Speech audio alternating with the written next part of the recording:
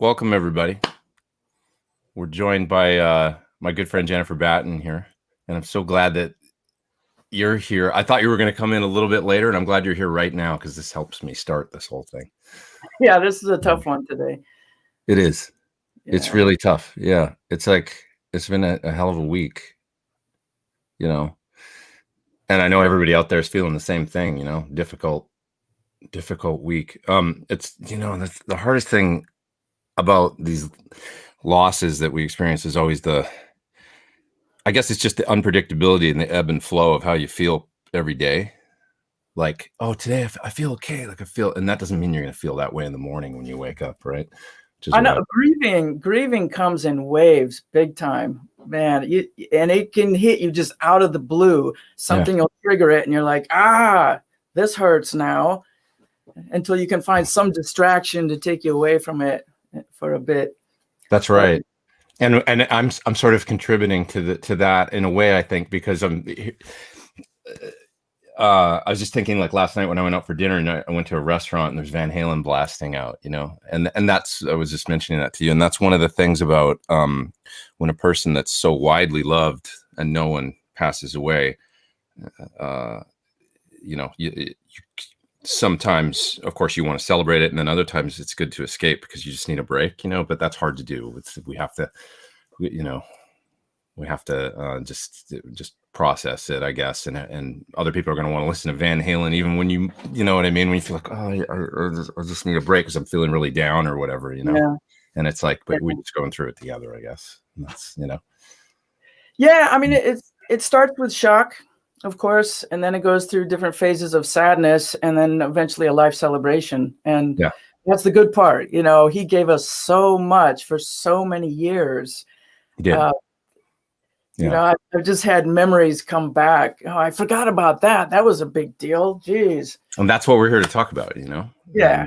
Which is awesome. And we're going to be joined by, I think a little later, as long as you can make it. I think Steve Stevens is going to be here, and Dave Friedman as well. So everybody's just going to kind of drop in and stuff, and we can all hang. But one thing I want to say right out of the gate is that I think folks should know that this huge loss is different in some ways than others in the music world, because I without going into, because I want to not go into too much detail about this, but I want everybody to know that guy fought.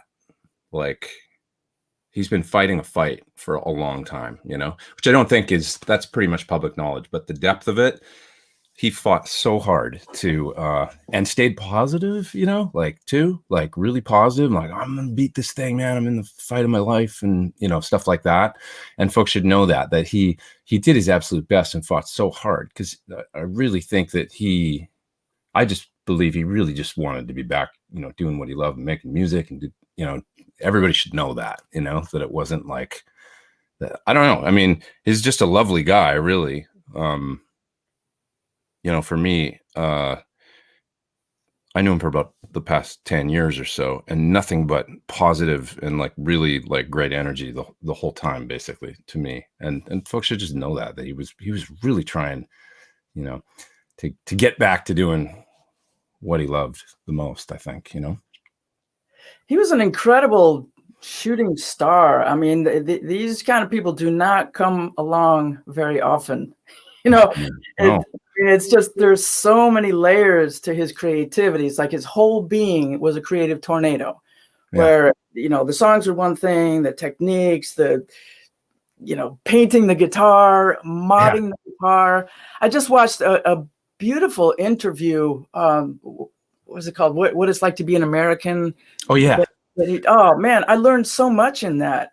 The Smithsonian. The Smithsonian the other night. Yeah.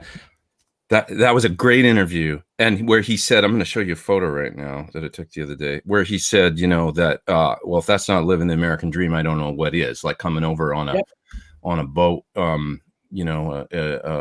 whatever it was, 10-day journey, and not being able to speak the language and stuff. And his dad, I believe his dad worked as a janitor in the Arcadia Hospital, I think, once they'd settled in Pasadena.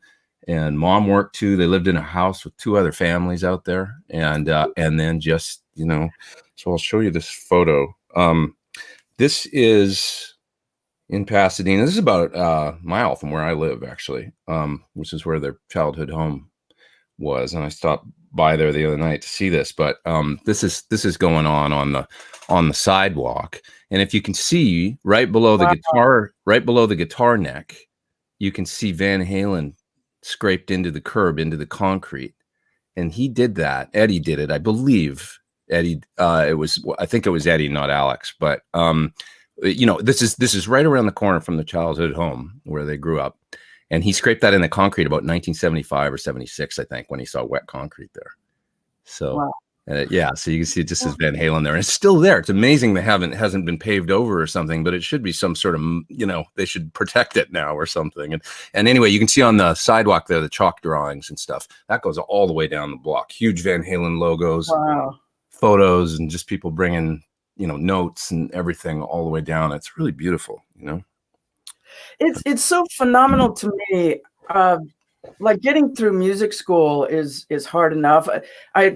I went to I taught at a Japanese music school. I would go over for 14 years, and there's so many of my friends over there that went to Berkeley not knowing one word of English and learned the language as they were learning music. Wow.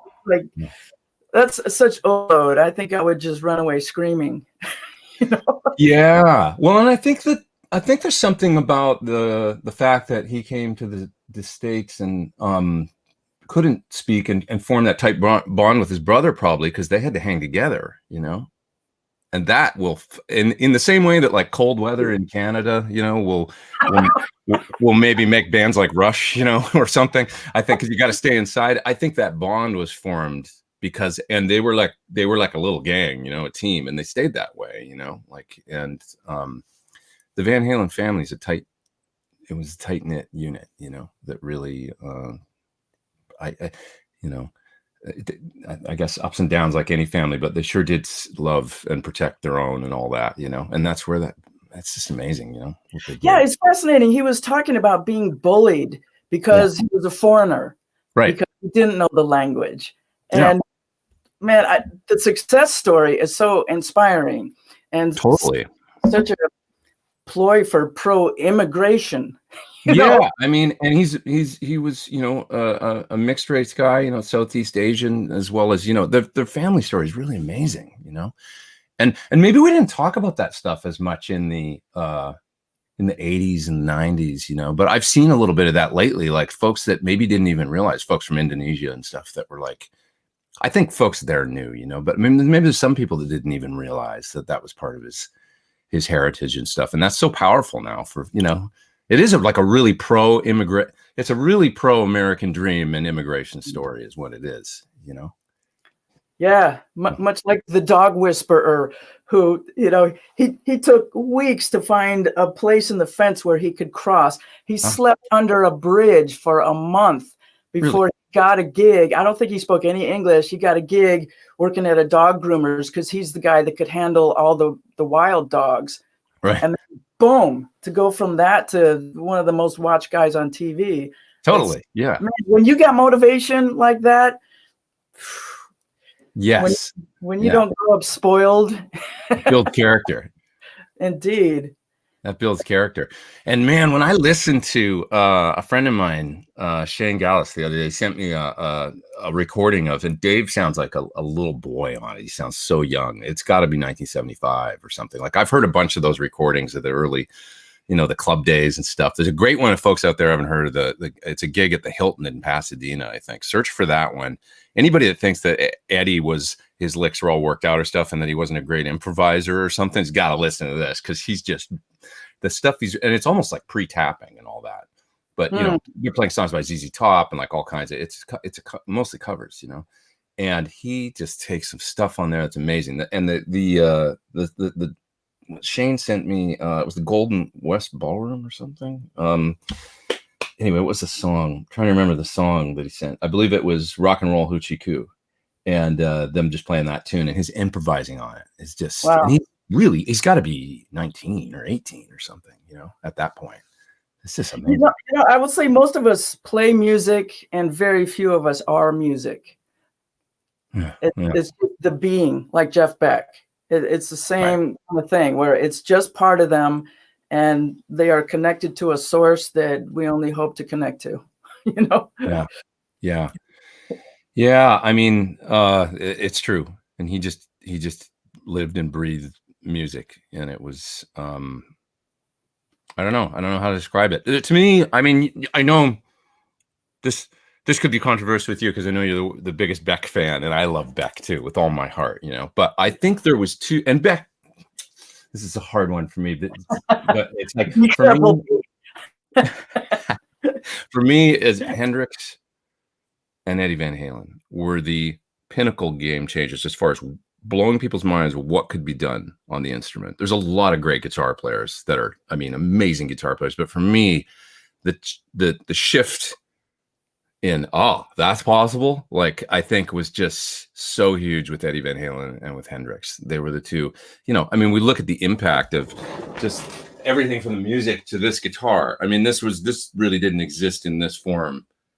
A humbucker, Floyd Rose, and all this stuff that he, a Marshall, like, nobody went, oh, you can put it on 10 and that's a thing, like, right. And all the stuff that his influence was just so wide, similar to Hendrix with a fuzz and a Strat and a Marshall just cranked, like, it changed what people realized they could do with the 6 strings and stretch across a piece of wood.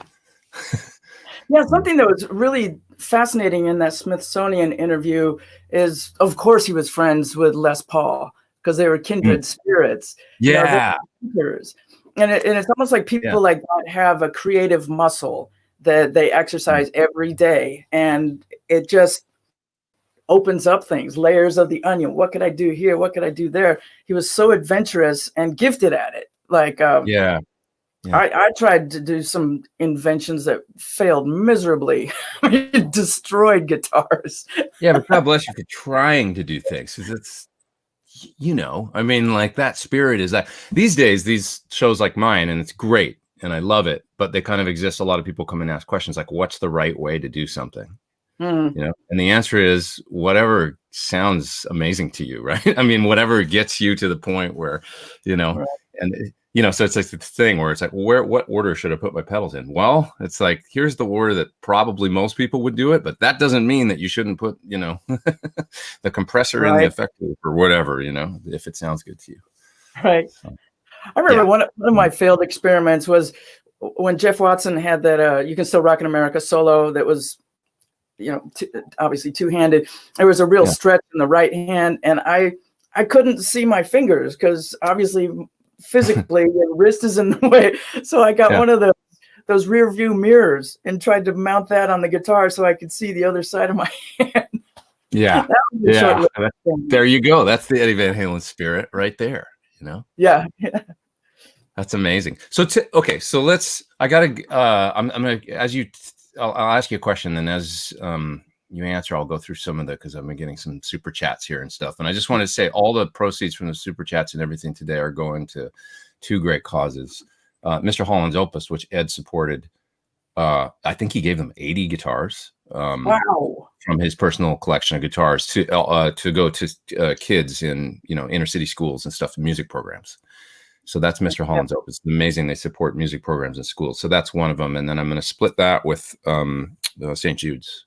So it's a wonderful, for, children's cancer hospital. So that's what's going to happen there. But I was going to ask you the tapping thing, because obviously, I mean, was it Eddie that you saw do it first?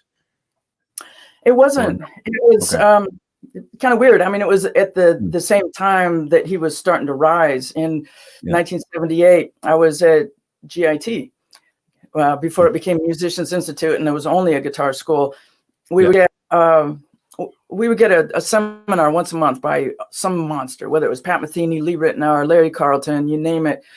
One month it was Emmett Chapman who invented the Chapman stick, which, if people are not familiar, it's just a big neck that straps across your body. 5 bass strings, 5 melody strings, tuned in fourths or fifths, and it's tapped. So Steve Lynch was in my class, who ended up in the band Autograph with the the hit song Turn Up the Radio. And, 59 of us were going, we're just trying to learn these 6 strings. I mean, the stick is nice, but we're not going to go buy one, but it planted a seed in Steve Lynch's mind, and he started experimenting with tapping. So it was like the 100 monkey theory, like tapping is in the consciousness of the universe. And Steve had his own way of doing it that, Eddie's, at least in the beginning, was more doing things on one string, where Steve would go across the strings. Right, so I came from the Steve school, but I certainly studied. I got so into it. I would listen to anybody that tapped, which was pretty slim pickings in the beginning. And obviously Van Halen was huge. Yeah. But it's obviously grown into a massive global thing. Yeah. I mean, I loved how he kind of articulated, if folks haven't seen that Smithsonian interview, it's great how he talks about tapping, how he saw it. He actually gives credit to Jimmy Page for seeing him do the, pulling off down in got my Wolfgang guitar here, but doing kind of with one hand up, and he went, oh, okay, he's doing these pull-offs, and what if I wanted to move that up and do that kind of thing, right? And he gave full credit to Jimmy Page for that. And he went, well, why can't I just put that here and then move this over here? And what he said in the interview that I thought was so important was that he doesn't claim that he's the first person he saw doing that kind of thing, but he was the first person. He said, I don't claim to even be the first person to do this, but he says, I took it and I did these musical passage, like for instance, in Eruption, where there's the descending, really beautiful, like melodically, harmonically, what's going on is really cool. And he says, I didn't know of anybody else doing that, I think was his point, where he was building like pieces out of it, sure. Like a tap in Spanish Fly, or, that kind of thing. It's like he's playing an entire sort of musical idea with, it's not just like bending a note and hitting one note and then, so. Yeah, it's so far beyond a technique, because he did have such a musical sensibility. He had harmony and changes happening in his head all the time, whether it was Cathedral or Eruption, you name it. Just beautiful sense. And a really, maybe not even, which you find with really incredible artists, I think, were, geniuses in any genre, but almost like the story of Ted Templeman, hearing him play that in the studio and Ted going, what is that? And him going like, oh, this is just something I warm up with, and saying, roll tape. And Don's like, I'm already rolling from the booth, and that's how they got it, is amazing. Maybe not even the awareness of like how blisteringly good, it was. Wasn't it Roth that had the awareness, like, dude, this is something. Nobody else is doing this. And Roth was coming from a marketing perspective. So you're back to the audience until we get back to the audience. Because people are be ripping this off. Yeah. And he did, I mean, we can touch on that too, because he was such an innovator. People tried to rip him off a lot. And he was always really, that's unfortunate in a way. I mean, imitation is the sincerest form of flattery and all that. But I did hear stories about things like, I think Ed played a version of You Really Got Me after they'd tracked the first album for a friend and said, check this out, we're going to put this out. And then the friend went, oh, that's really cool. And then they went and his band, the friend, went and recorded a version of that song and tried to put it out before Van Halen could get theirs out, because it was so cool. Evil. Like things like that are going to have an imprint on you, or his guitar being copied right away, or his, he's like, man, I was just a kid trying to be different. And everybody tries to take my thing, That's well, so, it worked out for him. I think there's not a guitar player on earth that doesn't know what he invented, and it respects the hell out of him. It's so true. It's so true. I'll hit some of the folks here in the super chat and stuff. Michael says, thanks for this, Pete. Like many, I spent much of my youth at 16 RPM on Eruption. Your lesson is the best on the internet. Thanks, man. I still, I made one little mistake in the lesson, and then years later, it's like I was still refining that solo even after that, going, that one note, But it's amazing that solo endures, and it's so, I don't know, timeless. I still find it amazing. I listened to it yesterday, I'm finding myself really able to listen to Van Halen right now, although it makes me a little sad, but it's not like I have a hard time with Soundgarden, like listening to that still to this day. But Van Halen, I'm celebrating for whatever reason. Just, you know, it's just how it's hitting me. It's because the music's so happy or something. There's so much joy in it. And that's the, you know, a lot of people have been talking about, he was just eternally smiling, you know, and that's another thing that I can tend to not do that. And I want to try and smile more when I play now and be, you know, I can tend to be a little serious. You know me, I can tend to be serious, you know. Well, you're not alone. I mean, especially at that time, so many guitar players, it was such a macho thing. Like, I am a Viking. I'm going to go and look at my chops. And he was so connected to the joy of music that he couldn't not smile. Yeah. Yeah. I remember hearing like, sorry. So Larry Carlton was another one. You always see him smiling when he's playing. Yeah, that's true. That's true. And it really draws you in. You see Van Halen, you know he's having a good time. So it's that layer that is above the music. People go to hear the music, but when you see he's having a blast, it just, you know, the energy just magnifies. Yeah, they tapped into that happy. I mean, a Van Halen concert, which we can talk about too. I mean, my first Van Halen concert, but I mean, God, it was like you were going to have a great time. There was nobody having a bad time or even a mediocre time at a Van Halen concert. It was just a party. It was like, and they tapped into that energy so great. God, it was amazing. But let's get some other folks here. Chris says he scanned his mind for other players that had what I think of as the exuberance, joy, and energy, and my mind went right to Django. That's interesting. He kind of had that, like a real joy in his playing too. It's true. The joy in Les Paul had it too, actually. Like a real, like, look at this stuff I'm doing, you know? Like he seemed like Les Paul always seemed like really stoked when he played, you know? Yeah. Who else we got? Bart, long live King Edward. Thanks, Bart. Thanks all you guys for contributing to the cause today. Everything's going to charity. We'll love and miss you. But your amazing legacy and gifts to the world will live on. And that's for sure, man. I mean, I went and watched Live Without a Net the other night, and that was like is 86, right? And I think the first time I probably became aware of Van Halen was 82, and then right when I started playing. I went to the 1984 show, you know, which blew my mind. And then like 86, that Live Without a Net show. And I was really into playing guitar by then. And that was like, we all sat and studied the live solo from that and some of the stuff he was doing. Cause he was just talk about I mean, man, just like his face, he's just like in the zone and having the time of his life and just all over the damn guitar. I went to the 1984 concert at, God, was it LA Arena or something? I hobbled in with a cast on my leg because I wasn't going to miss it. You know? That's awesome. And then everybody was standing on their chairs, and I thought, Jesus, this is trying to hobble up onto the chair with my cast. I did it. Yeah. And then I had the bright idea that somebody would take sympathy on me. So I tapped a roadie that had the Van Halen gear on it. It was obviously with the crew to see if I could get it signed. And that guy was so mean to me. I'm like, really? But I mean, who didn't want to, you know, put on a cast even when you didn't have anything broken? Totally. Just you thought you could get it signed. God, so the 1984 tour was my first time seeing them. Wow. And I waited out in line overnight. I don't know why my mother would let me do this because I was very old. I was like preteen still, I think. But I would at the mall. That's where the ticket place was. I think in Sears or something at the mall. And you could wait out. This is pre-ticket master, pre all that stuff. So if you were first in line, you were getting a good ticket.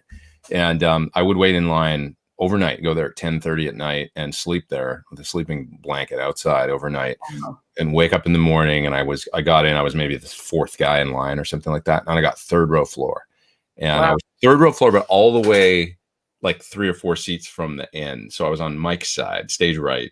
And the PA was right in front of me. I mean, far away from a little further, but the wall right there. And one of those big box PAs, not the flowing things like they have now, those old Martin box PAs, these stack up or whatever. And I was like, I think I'm in trouble, you know, and they came out and started playing, did their intro, you know, Van Halen, you know, and all this stuff at the beginning of the show. And then they would go in Unchained. And it was so loud.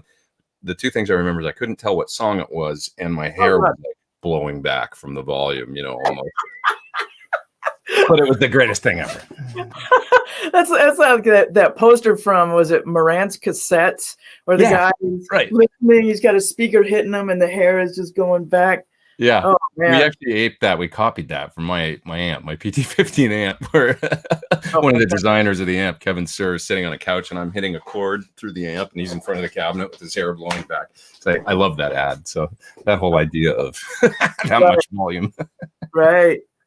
Man, the first concert I saw that was so loud I could not handle it was Rory Gallagher. And I was a fan in the 70s, and it was so loud I had to leave. It made me physically ill. Oh wow. Yeah. Not good.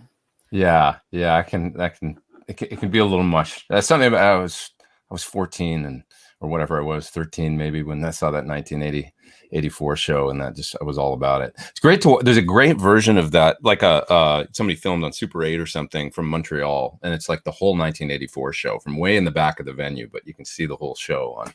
Wow. Yeah, and it's great to watch. It's really cool. Nicholas says, rest in peace, Edward. He's there in the super chat. The great EVH. So sad. It is so sad, man. But it's also, I don't know. Like I say, there's something about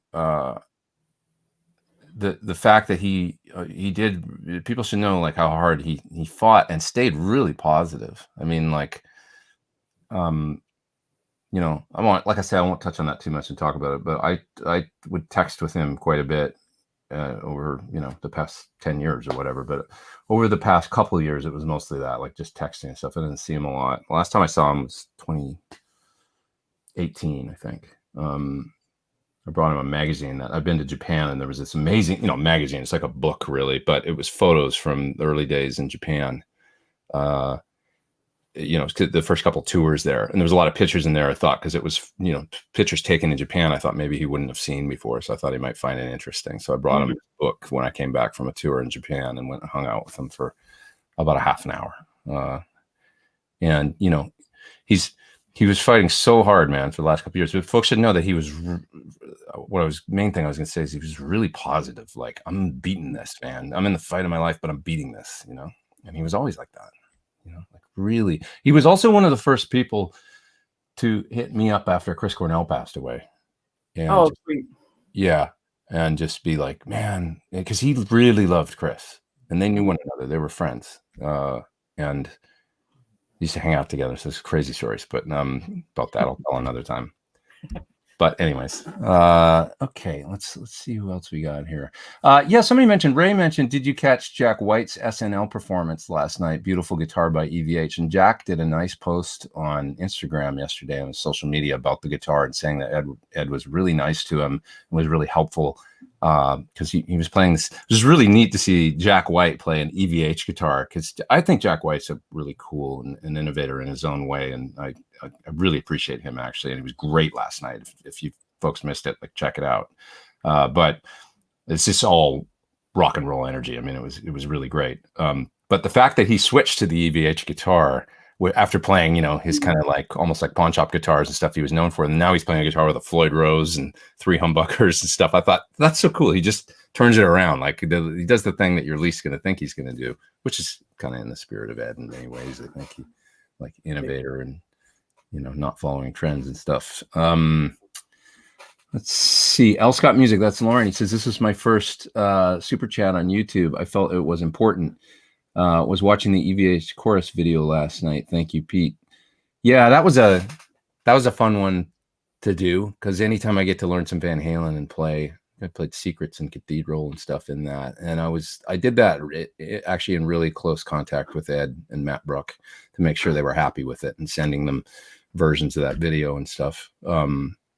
And that's some of my, and I want to talk about him, and I want to talk about how me, but it's just personally for me, the feedback I got from them about that. He was so appreciative, and just so sweet to me. And it's like, God, I can't even tell you, like, to hear from, you know how it is, to hear from your heroes, like, man, of course. Yeah. God, man, you know, so it's just crazy. And okay, and we haven't even mentioned yet, of course, that you said something really great the other day, that the Beat It solo, and this isn't true because of course it's your talent, that got you there, but the Beat It solo bought you a house, you said on social media the other day.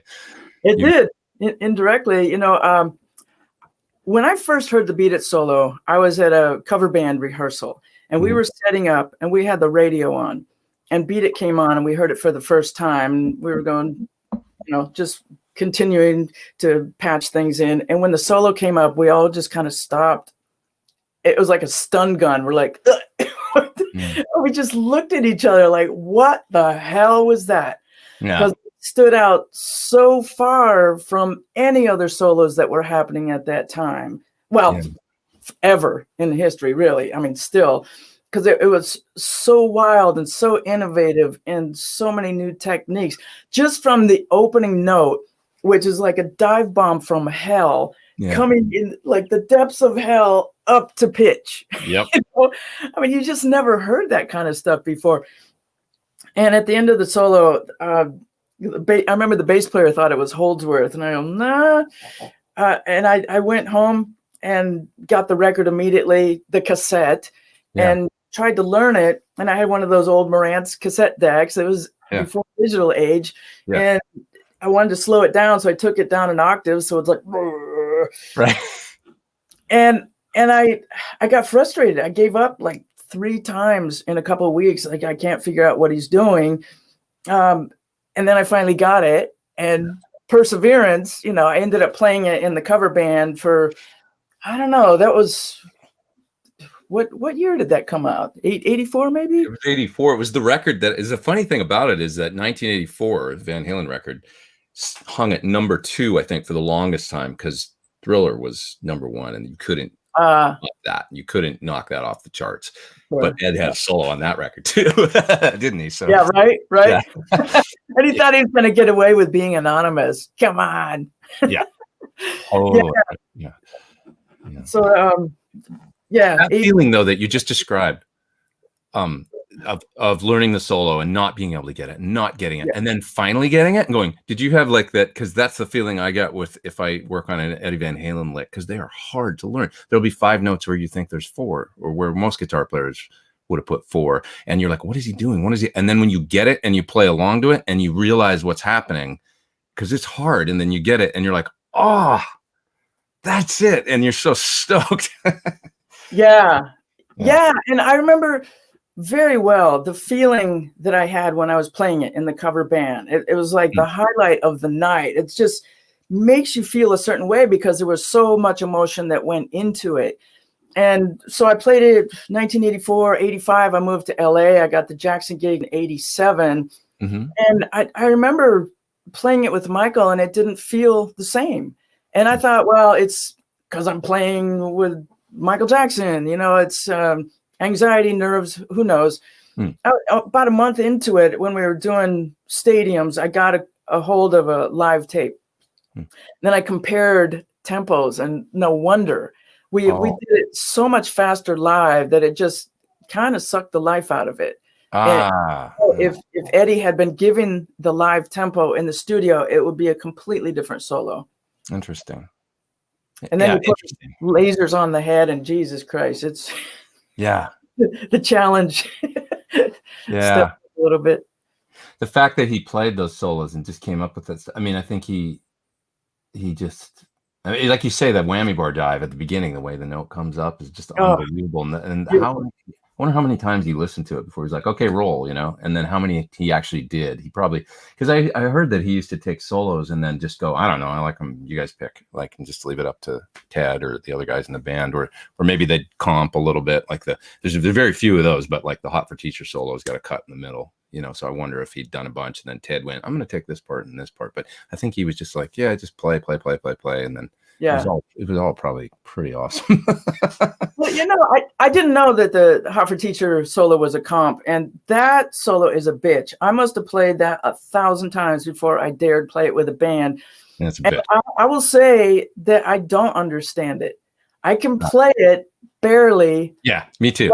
As a full comprehension, his sense of time is so advanced. Yeah. Probably growing up with a drummer. But, you know, and I will tell you, back to 1984, I actually wrote out every single solo note for note.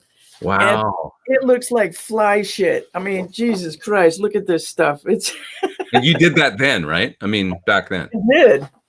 And not only did I have one Marantz cassette deck, I had two. And so dig this. This is what a friggin' nerd I was back then. Yeah. And the kind of patience I used to have, where I would take it down a whole octave. Yeah. And then still there were passages that would kick my ass. So I played it live out of the speaker onto a second Marantz tape deck. Mm-hmm. And, you know, if you take that stuff down 2 octaves, it's just complete mud. So what I would do, I would take my fingers on the tabletop for time. I would go 1 E and 2 E and so you would hear the downbeat, and I would figure out how many notes were between 1 and or 1 E. Yeah, it was just ridiculous. I wrote it out, but I could never read it in a million years. I'll give any sight reader $100 to be able to read that. Time, man. The elastic, you know, people used to say it sounds like you're falling down the stairs and landing on your feet, and that's it. His groove. Oh my God. And his rhythm guitar playing. I mean, I was listening to Jamie's Crying last night, and just that.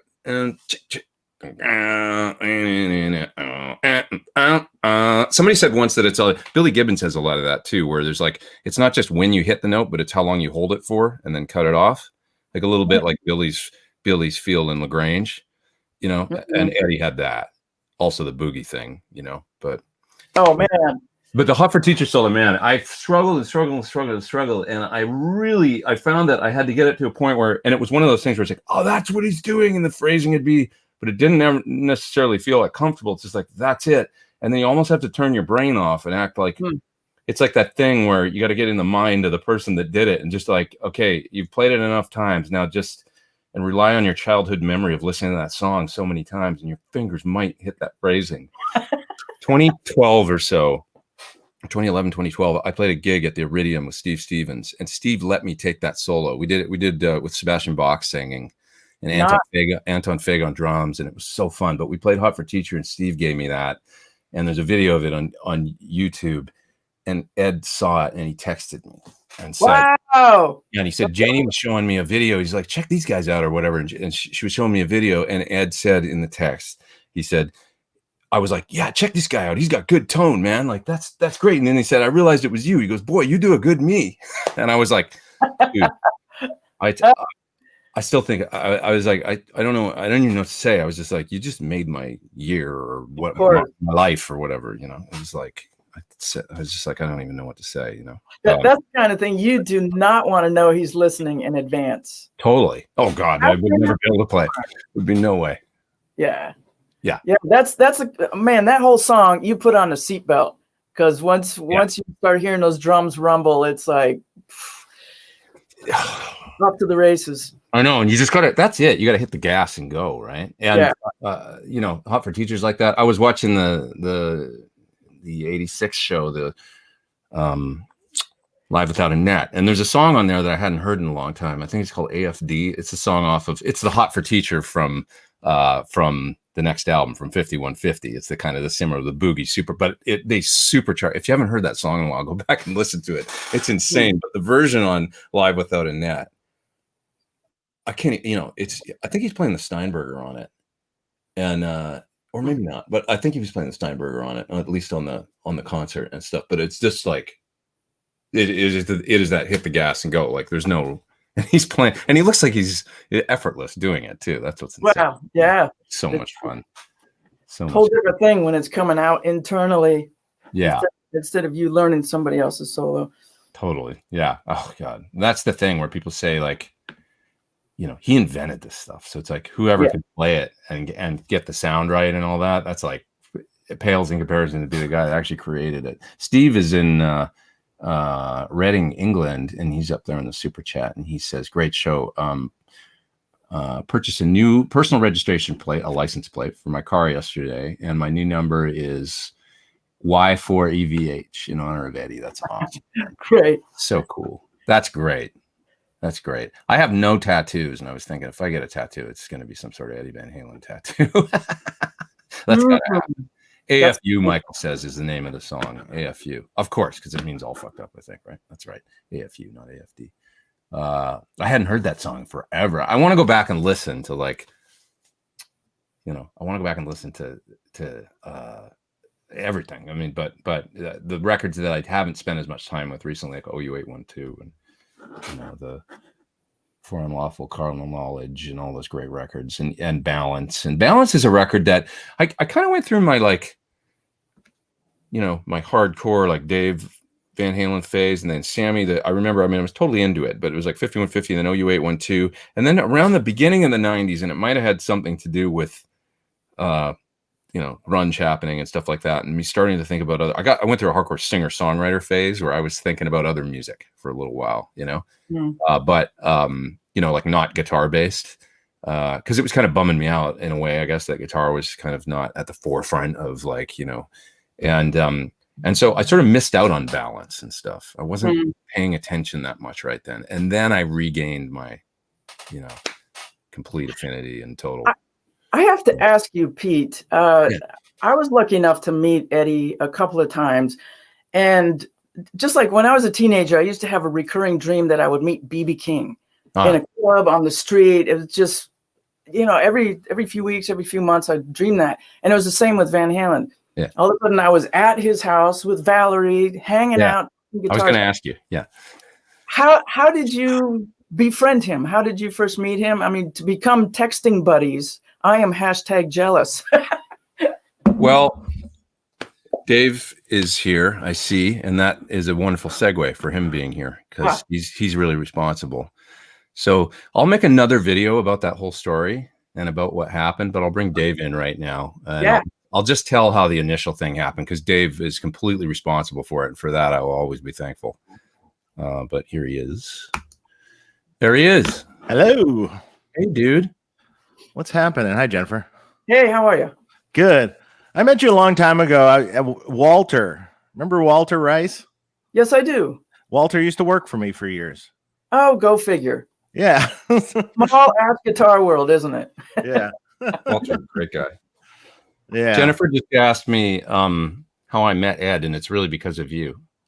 Yeah, I heard some of that when I was sitting there. Yeah, you know what? I don't remember how that happened exactly. Why did I introduce you, or what was the? Well, obviously you. Okay. I'll tell the story really quick, and then I'll make a separate video. I know I did it. I just don't remember what the reason was at the time. Yeah, the reason was. I know why. You remember? Go ahead. Yeah. Okay. So I have to tell the story right too. So it's kind of like nobody out here knows this story, but so like I say, I'll complete the story later and tell the whole thing. But anyways, Chris Cornell was buddies with Ed, and they spent some wild times together. I think maybe late 90s, sort of Lost Weekend stuff where they'd go off and hang together and stuff. and they both really loved one another. And Chris always talked about how much he loved Ed and stuff. And said, "Have you ever heard him play piano?" Of course I hadn't met him yet at that point, but he's like, "If you ever hear him play piano," he's like, he sits down at the piano. It's gorgeous. And people don't know that about, folks know that he started on piano, but he said, if he sits down and plays, you're just your mind is blowing. Imagine there's a whole well of stuff that's in there that none of us have even seen. Cause he just didn't he played the stuff that we know of right now. And of course, Jump and that stuff, but we haven't really heard him just sit and improvise. So Chris was knocked out by just hearing that. So I was playing with Chris in 2008 and 2008, 2009, he put out the Scream record, and the Scream record was almost it's a real departure for him. It was almost like a hip hop record. Right. And he had a desire to want to take a couple of the tracks from that record and turn them into something, just produce them in a completely different way. Cause a good song is a good song is a good song, right? You can make a country song or make a metal song out of a good song. So the song Scream and Long Gone, I said, I'll take these and I'll work up some tracks for you and see what you think. And I did a completely stripped down version of those tracks. Acoustic guitar, Toss Panos on drums, John Button on bass, on upright, actually. And so I just did these versions of these tunes. And I played them for Chris, and Chris was like, "Man, these are cool. I like this, And he said, what would you think about trying to get Eddie Van Halen to play on these?" What? Yeah. I was knocked. I was like, "Are you kidding? Like, I'm producing these tracks for you, and you want Eddie Van Halen to play on them? Like, and I knew they were friends. And I was just like, "Oh my god, dude! Of course." Well, Chris had a lot of ideas, like creative people and artists and stuff, and then maybe things wouldn't manifest into actually happening a lot of times. He would just, get excited about things and stuff. So I think I asked him once or twice more over the next month, "Hey, did you talk to Ed?" And it never happened. One day I was in your shop, Dave, and you mentioned in passing, "I'm going up to Ed's to do some work later on amps or racks or something like that." And I went, light bulb. And I was like, "Can you please do me a favor and just tell him that Chris Cornell is interested in him working on a track, or a couple tracks, and see what he says." And you could have told me like, "No, dude, I'm not going to do that." But instead you asked. You did. You went up and you asked him, and then you texted me about an hour later. I went home and you texted me and said, "Ed wants you to give him a call." Right. And I was just like, "Oh man, I can't believe it." So I'll tell the whole story later. I don't because I don't want to bore at the time and you just join and stuff. But and I also don't want to misrepresent this because it's sort of happened. There's somewhere at 5150, there's a 24 track reel with a song with Toss Panos on drums, John Button on bass, me on acoustic guitar, and Ed Van Halen on electric guitar. Wow. Nobody knows that, but now they do. And before like Blabbermouth gets a hold of this or something and says like, "There's an unreleased song of Chris Cornell and Eddie Van Halen," Chris never got singing on it. That never happened. So it's just an instrumental track that we were working up and stuff. And I'll tell the whole story later, like I say, about what happened, why not. But we became friends through that. And it was you, Dave, that it was all my fault. It was your fault, man. And for that, I'm forever thankful to you. It was unbelievable for me. So full circle, man. Tell us about your we've been talking about it a lot this week, but you met Ed at least 20 years ago at least, right? Oh man, I met Ed the first time. When was the first time? I think I was they were recording the Fuck record with Andy Johns. I think that was the first. I think that might have been the first time I met him. So like 90, 91. Or maybe in one brief time before that, but yes. So like, yeah, what year was that? 90 or something, right? Or 89, 90, something. It came out in 91 or 92, 91, I think. So late 91, early 92. So I think. Yeah. And I had delivered at the time. So it probably, well, if that came out in 91 or 92, then, this had to be 90 or 89, probably. So when it was getting started, I think. The year is a little foggy because it's a long time ago. That's all right. But anyway, at the time I was really young and I was working for Andy Brower's and where Walter also worked, and we were delivering some stuff up there. And I think at the time, hadn't Matt Bruck already started to work for him then? I think Matt was his tech then, right? Yeah, I think that's how that came about. And I knew Matt from Andy's originally. He kind of got the job up there. And the first thing I remember is going up there at that point in time. It might have gone up there earlier. I can't quite remember, but I remember taking something up there, and I remember starting to unload it from the car, and it's like, "Wait, give me your hand."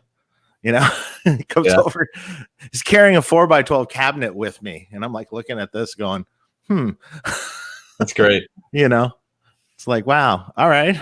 So were you nervous, of course, meeting him the first time? A little nervous? Yeah. I tend to think that I did meet him slightly before that. I remember one other time when I was in his studio and just with him and I think with Matt, and we were messing around with a rig or something for a minute. Yeah. And that, I think that was the real first time, the very first time you meet him and you are in the same room and he plays guitar. Yeah. 4 feet in front of you. Yeah. That's like, it's kind of mind blowing. Yeah. It's a little bit like, yeah. That only happened actually a couple times with me, but it was like I'll never ever forget it. Yeah, it happened lots of times, and I always kind of pinched myself even in the end, because I remember being a kid, and he's the music you grew up on, and that was your hero, so to speak. Well, and you're coming from a tonal perspective as well as a playing perspective, and I think so much of what you do stems from what he did, right? I mean, like, you inspired by those. Yeah, I think honestly that well, when I was young, I was inspired by all sorts of music. I mean, I went through different stages, and sometimes for a minute there was a really heavy stage, but then it kind of settled into the time frame I was going to concerts as a kid was like 1981 through till I moved to California really and started working in the business, but till like 1987 in Detroit. So, I literally saw every concert that came through town. Yep. From 81 through like 87. And Jennifer, when I say everyone, I mean everyone. Jennifer was saying she went to the 1984 tour with a cast on her leg, like had to go. That was what we did. I'd have to be a body cast not to see that show. Yeah, I saw that show too. That was my first Van Halen show. Me too. Man. Yeah, opening with Unchained. Yep. It just like crushing loud. It's like going to church, man. It was just, and it was great. And anyone who's ever gone to shows in Detroit too, or played shows in Detroit, the crowd goes crazy there. It's not like an LA show or something. It's they go insane. They get drunk. They have fights. It's normal. Great rock and roll. You might get your teeth knocked out, but it's okay. It's fun. It's fun. Jen, the energy's there. What was so you started telling us about going up there to the house and stuff and meeting Ed and Valerie for the first time. So what was that like for you, and how did that come about? To me or Jen? Yeah, to Jen. No, that was a dream. That was a dream. That was one of my recurring dreams. That didn't ever happen in real life. I met him at an AM show. Floyd Rose had a booth that was kind of off to the side after the show. And I don't think it was anything that was advertised. And so I got to meet him there. And I kind of felt sorry for him because it was like the zoo animal, like the guitar god. Everybody's looking at him and, look, he moved. I could kind of see that he felt a bit self-conscious, but he did a little playing. And then I met him again when that everybody's asking for this story, but he wanted me to show him the Beat It solo. Really? Yeah, I was playing it with Michael Jackson. I had been out on the Bad tour, and there was a couple weeks between legs of tour that I was going to be home, and I was going to do a gig with the band I had played with before. And it was one of these horrible LA days. It's just the traffic was hell, and it was hot and bad. And I showed up late to the rehearsal for my band. And as soon as I got there, the manager came up to the car and said, "Eddie Van Halen's next door, and he wants you to prove you can play the Beat It solo." No pressure. I mean, he was none at all. And I was having such a bad day. I just go, no. Not gonna do it. Yeah. Well, plus all my good guitars were still in road cases on to the next location. And the only guitar I had with me was a little Steinberger hotel room guitar with the trans tram, and that to do Beat It with that, it just sucked.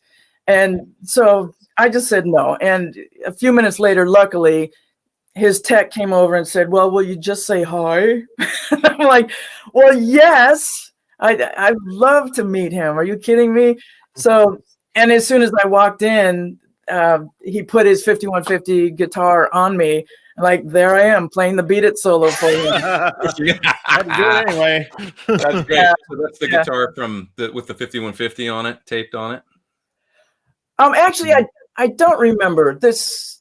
Probably not. It was 1987. Oh, it probably was then, or similar. Yeah, one of the Kramers. Yeah, I mean, it was one of the red and white and black striped guitars.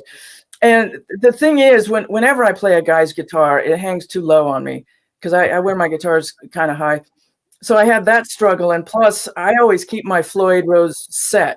So I know where it is. I move it. I know where it is. And his was free floating. So whenever I needed it, I kind of struggled a little bit to find it. So I played it for him, and then he grabbed the guitar and wanted me to kind of remind him of how it went, because he didn't play that with Van Halen. Sure. You know, he went in, he played a couple solos, they comped it together, and that was it. That was it. Yeah. I will say he picked it up pretty quickly. That's amazing. Yeah, and oh man, I would have given anything to have an iPhone back then. You know, we didn't carry cameras around back then. Yeah. Yeah. So I have no evidence, and I went back the next day hoping he would still be there, and he wasn't. But it's up here, you know. You're always in here. Oh, the memory, yeah, that's been in my brain forever, of course. And I was actually, one of the reasons I wanted a camera was because although I had learned the same notes, he played a couple passages very differently, fingered them differently. Yeah. And I was like, wow, it was very enlightening, because, you know, YouTube wasn't happening back then. You couldn't see somebody's fingers. So that was my other Ed connection. That's amazing. We've got another friend here, and I'm super stoked all you guys are joining me today. So I'm going to add them to the stream here. Hey, guys. Steve Stevens. Hey. Hello. Hey, Jennifer. Hey, how are you, Steve? I'm good. Good, as it should be. Yeah. Thanks for being here, man. Of course, yeah. It's been a hell of a week, I know, and I'm really, really glad you decided to come on and make the time and stuff. It's great My pleasure, Pete. My pleasure. Yeah. We're just telling stories and reminiscing about, you know, first time we, you know, heard Van Halen or went to a show or what he meant to us. Yeah. And man. And I know you've got, I mean, God, man, the second Van Halen show I saw, you were opening, you were playing with Vince Neil. It was 92, I believe. 93, yeah. 93? Yeah. Yeah. And what an amazing show that was, because I'd seen you, you know, all the way back in the 80s and stuff with Billy and stuff, but then seeing you with Vince at that show, it was Guitar-mageddon. It was an amazing show. Yeah. I mean, I looked at, I had to do something, and I had to look at the tour dates to see how many dates there were. And I think there was, because we supported them almost 6 weeks. And I watched those guys every night. I mean, every night. So, you know, it's like, you know, 15, 16 dates or whatever. They were just incredible. They were just, every night was just incredible. God, what a great experience. So you just go on the side of the stage and watch the show? Yeah. And I remember there was one show where I was able to, you know, we did a lot of sheds, and I can't remember which, and I went all the way out to hear back where the soundboard was. And I got, I got there somewhere around when Ed started his solo, and it was just incredible, you know, to get that perspective. And, you know, it was, you know, I was telling somebody, I mean, every experience that I ever had with Ed, because, you know, I first met him years before that, but every time was a laugh. You know, it was we never talked business. It was always about guitars, and, you know, it was just a good laugh, every experience. That's so cool. When did you first meet him? I've seen photos of you jamming with him in the early 80s, right? Mid 80s. Yeah, somehow I got invited. He invited me to play at the NAMM show with him. And it was Tim Bogart on bass. I don't remember who the drummer was. I can't remember. And so I'm all stoked. And so I was living in New York at the time, so I flew out for some, you know, I was going to be at the NAMM show anyway. So I'm like all excited, you know, he gives me his address, and, you know, I'm going to go hang with Eddie Van Halen. So I rent a limo, and I buy two bottles of Cristal champagne. Right? Yeah. I ring the doorbell. Little did I know that that Valerie had started to curtail his drinking. Yeah. Whoa. So I ring the doorbell. Ding dong. hey. And she looks at me, she goes, oh no. Oh no. This Another isn't going to be knucklehead. good. Another knucklehead. Where's Ed? And he comes to the door. He goes, oh, great. Come on in. And Amazing. Yeah. Oh my God, that's great. Yeah. Oh man. So can you talk a little bit about playing with him, like doing the NAMM thing and stuff? What was that like? Was that yeah, I mean, it was his dad had passed away soon before, right? okay? And this was the first time he was going to be in front of an audience since his dad had passed away. Oh, And it was all kind of lighthearted up until then, the rehearsal and everything. And then we're waiting to go on. We're behind a curtain, and he started to get really emotional, and I didn't really know the guy that well, but he definitely wasn't the guy who hid anything, whatever he was feeling, and he explained to me, man, my dad passed away. And, the only thing I could say is, isn't it amazing that, that your dad got to see your success, and you and Al, and see what you guys achieved. And, so I immediately knew that this was a guy who wore his heart on his sleeve, wow. And I think what was cool, we got up and jammed. I can't remember. I think we did a Going Down and something else. And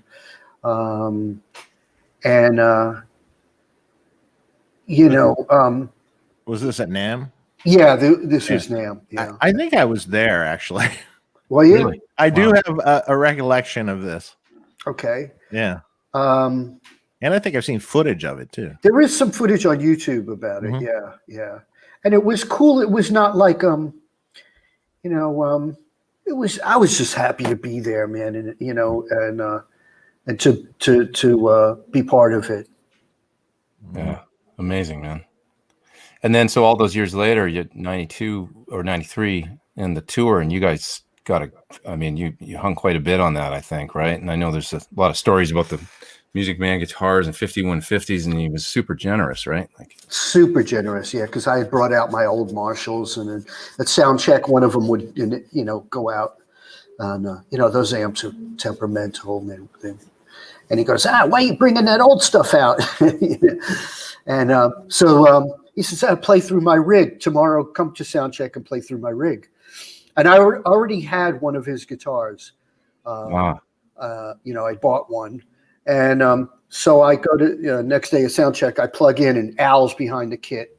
He looks at me like, the fuck you doing? put my brother back on, And of course you plug into Ed's gear and you don't sound anything like Ed, but I love that wet, dry, wet setup. That was the first time I had heard that kind of setup. Sure. I had been, as Dave would notice, I was using power amp system, but it was a 2-cabinet kind of thing. It wasn't a 3-cabinet thing. And he arranged, and he arranged for, PV gear to come out, and I switched over, and I said, I liked one of his guitars, and, I said, oh, wow, I haven't seen one. I had one in pink or something, and yeah, he had a black one, a solid black, and I said, oh, that's really nice. I like the solid black. And he goes, hey, you like it? Take it. It's just like, it was literally the guitar that he was using on stage. Wow. Backup or something, and just Wow. So generous. That's how he was, man. I mean, he just like, one of my favorite memories was Christmas around 2009, bringing him a phaser. I got him a phaser. And I brought it over to him, and I had it engraved on the back, with his name and stuff. And he immediately went like, oh man, like, this is so nice. And he went in the other room, and he came back with a wah pedal, and he gave me one of his wah pedals. And then he said, do you want some shoes?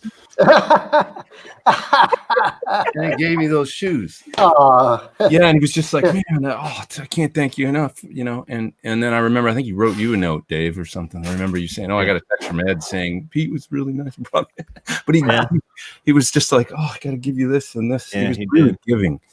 you know. Yeah. It's so sweet.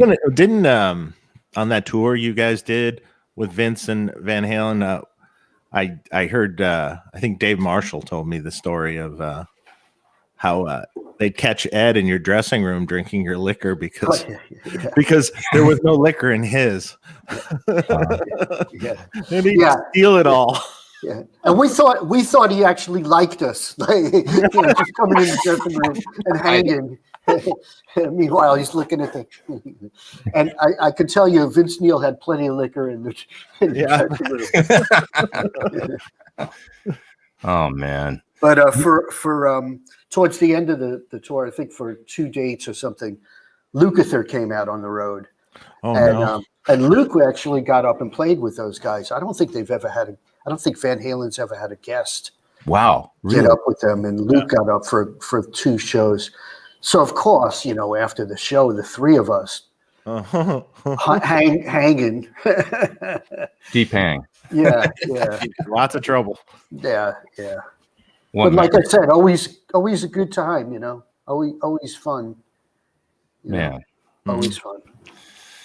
Yeah, I mean, he really, really was a positive, good hang overall. It was like for my, I just can't stress to people enough, like what a good. That's why I feel like this week, for those that are just joining and stuff, like when somebody passes, you process it differently, and everybody's different. But this time, it's really hard, and I get really sad. But also, I've got this, like I can totally listen to the music, and appreciate it. There's a joy because there's so much joy in it.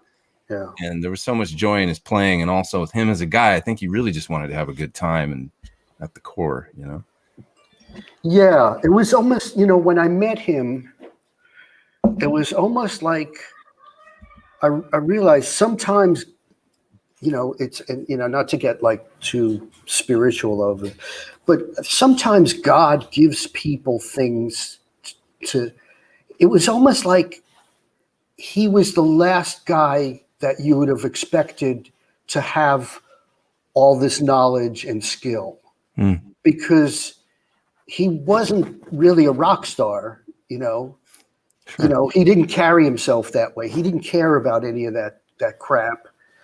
And it was almost like he was unaware of what he was doing, like he just did it. He modded the guitars because he just thought, well, that's what I need, and yeah, like I get that. Well, I remember him mentioning that in school they asked him what he wanted to be, like in an interview. Right. What do you what do you want to be? What do you want? And he said, I didn't write rock star. I wrote professional musician. Right. Yeah, and I think the fact that his dad was a musician probably played a role in that. Great thing from the Smithsonian interview, anecdote from there where they asked, somebody in the audience asked him if any musician, I think they said, dead or alive, somebody that's passed away, or who would you want to jam with? And he said, I'd like to jam with my dad again. Yeah, I think so, yeah. It's amazing, Yeah, and also it's just the right, sometimes it's just the right ingredients to make an Eddie Van Halen. The fact that his brother also was a musician. They definitely pushed each other, but also exposed each other. There was a clip that recently surfaced from '74 of those guys playing a Captain Beyond song. Now, Captain Beyond was pretty obscure, especially in '74, and for a cover band to play a song that probably nobody knew what it was, it had to be one of them, turning, they probably listened to the record together or something. So, yeah, let's play that one, And I think that was at play a lot, Real deep. Well, Jennifer and I started talking about like when we started here, the early days, and I mean when they first emigrated and they couldn't speak the language, and Ed mentioned in the Smithsonian interview too how he was bullied and stuff. That deep bond between him and his brother had to be there because they were there for when they were like a little gang. It was them against the world, and it was always that way. I think with their family. They grew up like that, and that's got an imprint on you, right? I mean, like, and that'll make you sit at home on your bed and practice guitar and stuff. If you go outside and you get bullied or whatever, you know, it's like so that's all part of it. I think their father being a, you know, and it was great that he played too on Diver Down. I mean, on I was just thinking that. Big Bad Bill, right? Oh, right. Yes, that's right. Yeah, he's clarinet, I think. The clarinet solo, and that, you know, they said that he hadn't played in a long time, I think, and he was kind of, you know, shy about it and stuff, and then he picked it up and just blew a solo, and it was perfect. It's in the genes. Yeah, exactly. Yeah. All you folks in the super chat, thank you guys so much. All the proceeds from today are going to Mr. Holland's Opus, which is a great organization that Ed donated, I think, something like 80 guitars to. Wow. All those guitars went to inner city schools, music programs to help. They all got they all kind of went through my shop and got restrung by Steve's former tech, PRD. Oh wow. Okay. Former not your tech, but your tech on your tour. We were on the road together. Yeah, he did a bunch of restrings on those guitars before they went out for him. Oh wow. Yeah. That's so cool. Wow. Yeah. Great pictures from that day of them donating the guitars and all the kids and Ed there and everything, you know. Awesome. Amazing that he did that. And then also St. Jude's you know, great. Hospital.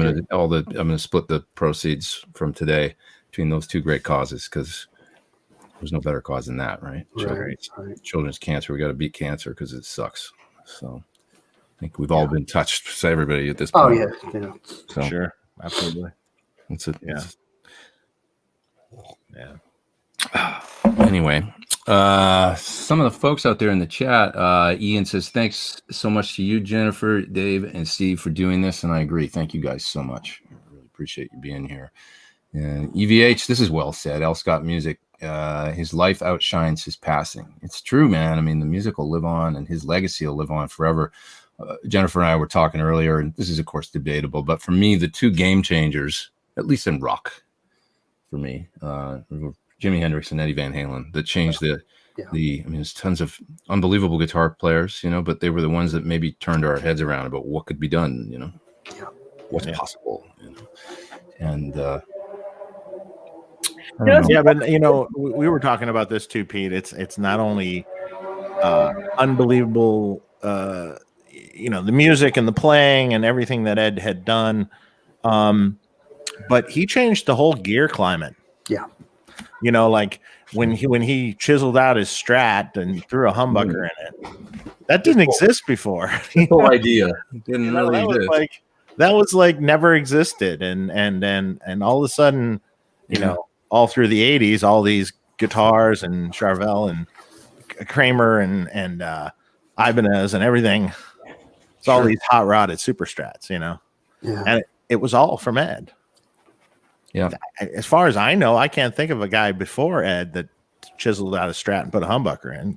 Can you? There was a few people who maybe had humbuckers and Strats, but the way that it's just the idea of chiseling it out and putting the humbucker in, and then the Floyd and doing things to make it do what he wanted it to do. Yeah. To make the sounds. I mean, even he holds that patent for the flip up table that, you know, and they were really like, so that he could play it like this, like all those, the D-tuner.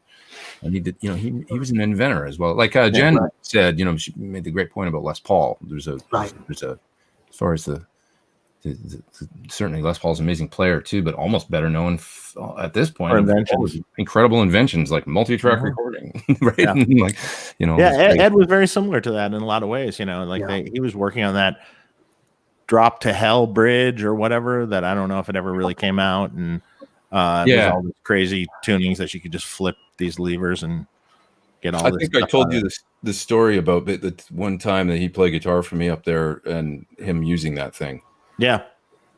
And so it was a tailpiece that it was on a guitar without a tremolo, but it had this lever where you could drop the low E string to any pitch you want. So it could go from D to B or something, right? You think, oh, okay, so I can do drop tuning with it. That's interesting. Not just E to D or whatever. He played it like, so he's like playing, and he's like, playing some riff. I was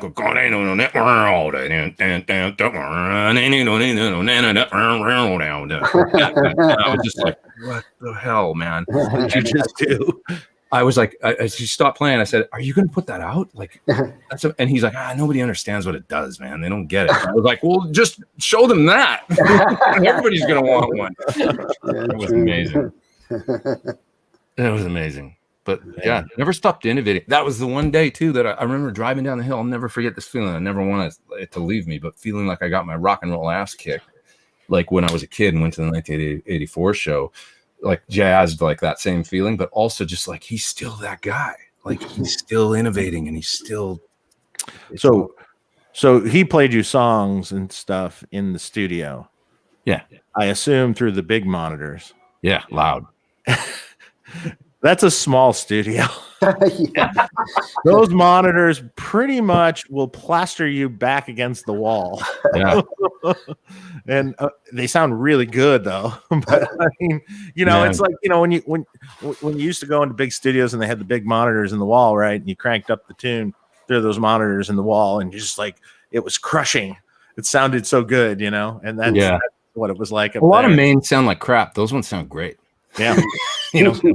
Right? Yeah. Yeah. I remember had a similar experience.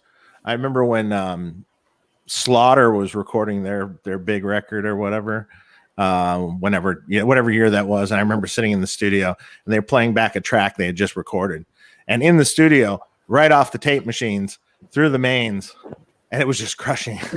It sounded amazing. Much better than it wound up sounding. The first time I heard about the songs that ended up on the 2012 record, on A Different Kind of Truth, it wasn't even final mixes or anything. It was through those speakers. He played them for me. I remember hearing those tunes, just going like, oh, I don't know, man. It's weird.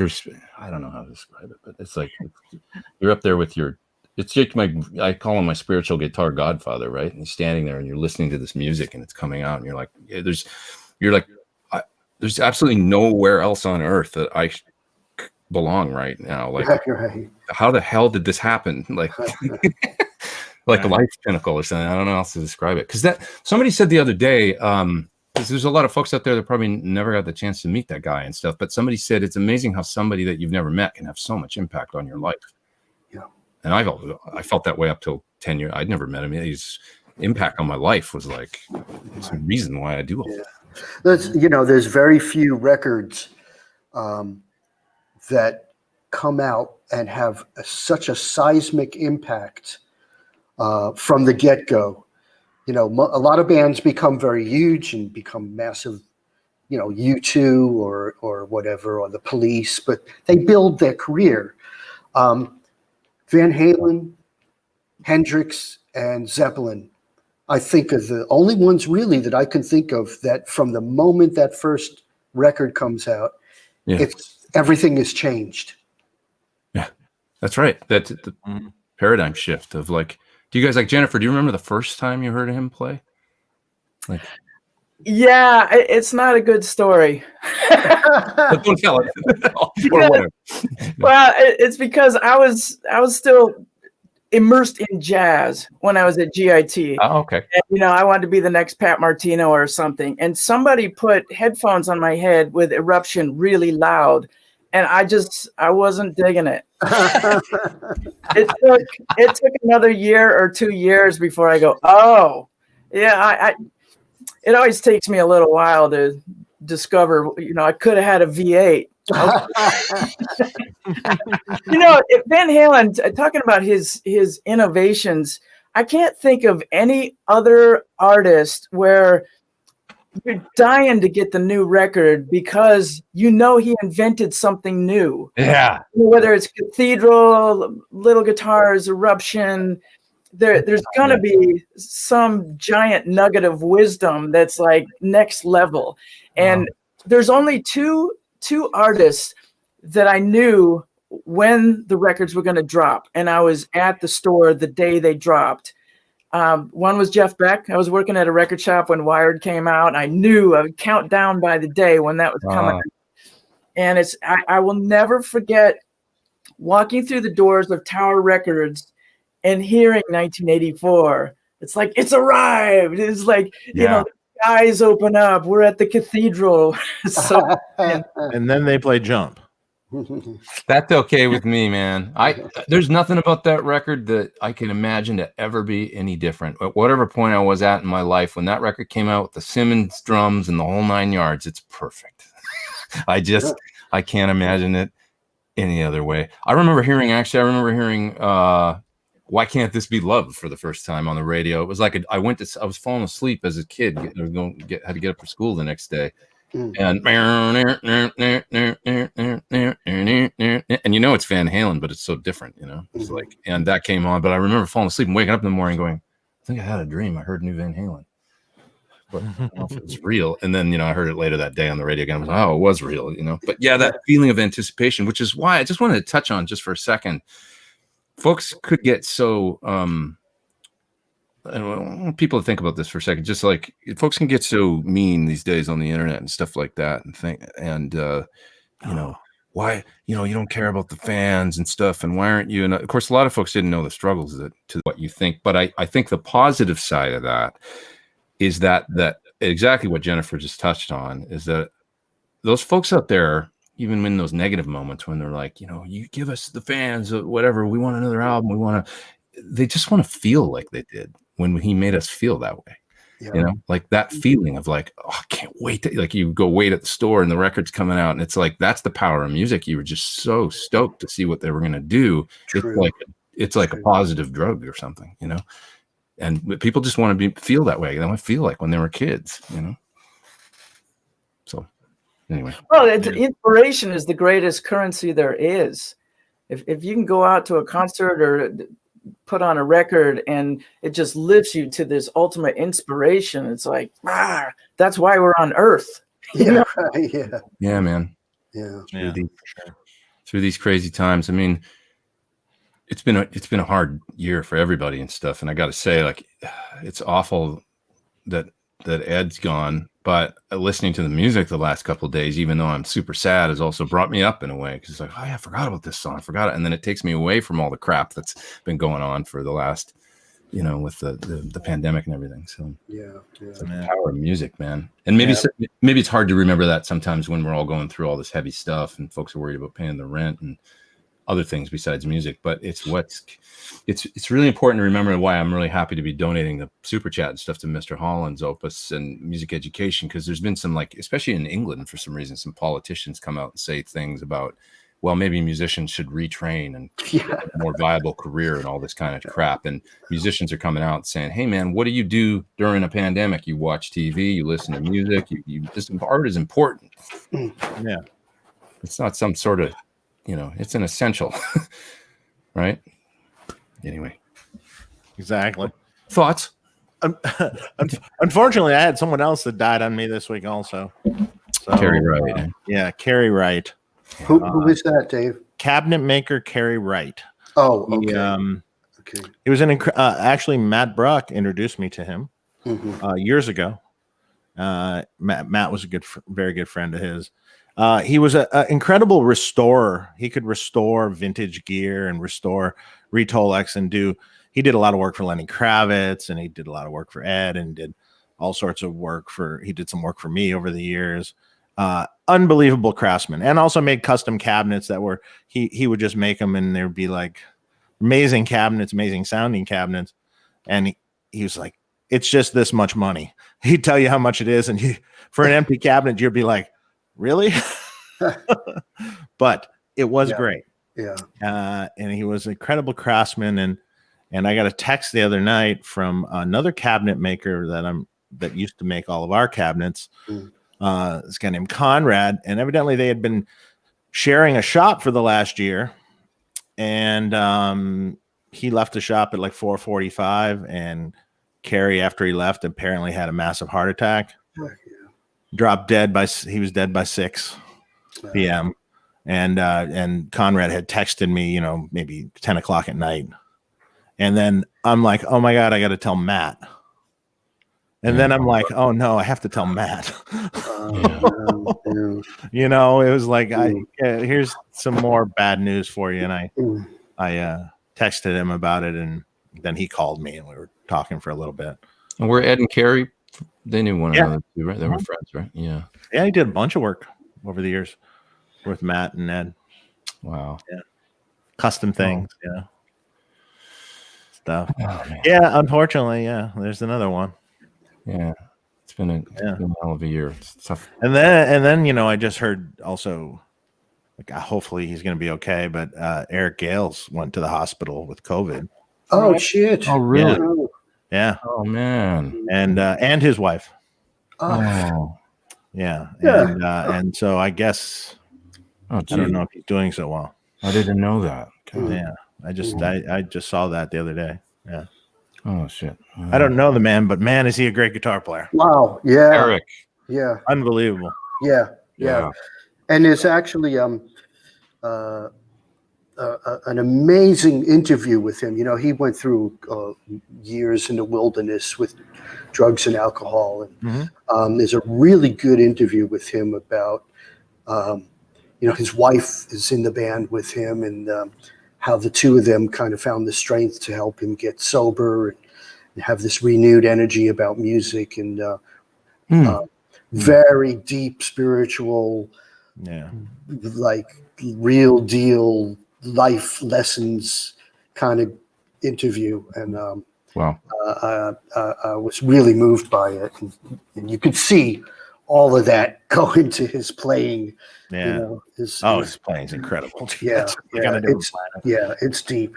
Yeah. On that note, like family, and I mean, Wolfgang shares that with Ed. I think that a big part of Ed getting back healthy, playing music, getting, you know, seeing him again on tour and everything is the power of, you know, the love of his son and what he, that sure came full circle. I was thinking that fortunately, Ed's music and all those reels of tapes and all the stuff that he left behind is in good hands because of his son. That's right.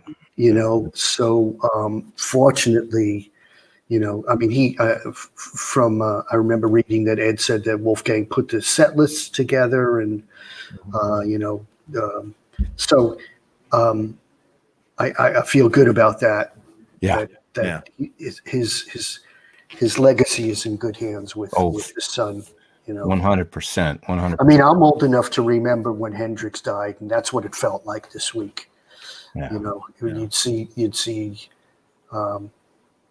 you know, just, I mean, there wasn't the internet and stuff like that, but the impact on, I mean, just, I was watching UFC last night, and they came up with a tribute to Ed on it. Now, Ed has no connection with UFC or any of that stuff, and it's just, he's just such a ambassador of guitar, you know, that it's, you know, that and they did the same on Saturday Night Live last night, and you know, it just, he crosses over beyond just the instrument, you know. We were talking earlier about how he really is the American dream personified. Yeah. Outside of music and everything else, the fact that he did what he did and came. I should show just one more time for the folks that join. I show this photograph that I took the other day. I'm a Pasadena resident, and of course they're a Pasadena band. It might be sort of hard to see this, but this is about maybe a mile from where I live, but really close. It's in Pasadena, and you can see under the neck of the guitar on the curb there is carved Van Halen into the curb, which Eddie did, as legend has it, in the wet concrete back around maybe 1975, 1976. It's right around the corner from their childhood home. Yeah. And I pulled up there and just had a look and drove by the house and stuff. There's a lot of flowers and things in front of the house, and people kind of respectfully. Obviously, there's other folks that live there now, but and then on the curb here, this is, you know, just right around the corner. All the way, you can see all the chalk on the street and stuff. All the way down the block is giant Van Halen chalk drawings. So somebody's left chalk there actually, so you can go and say something. Yeah, right there on the curb and stuff, but.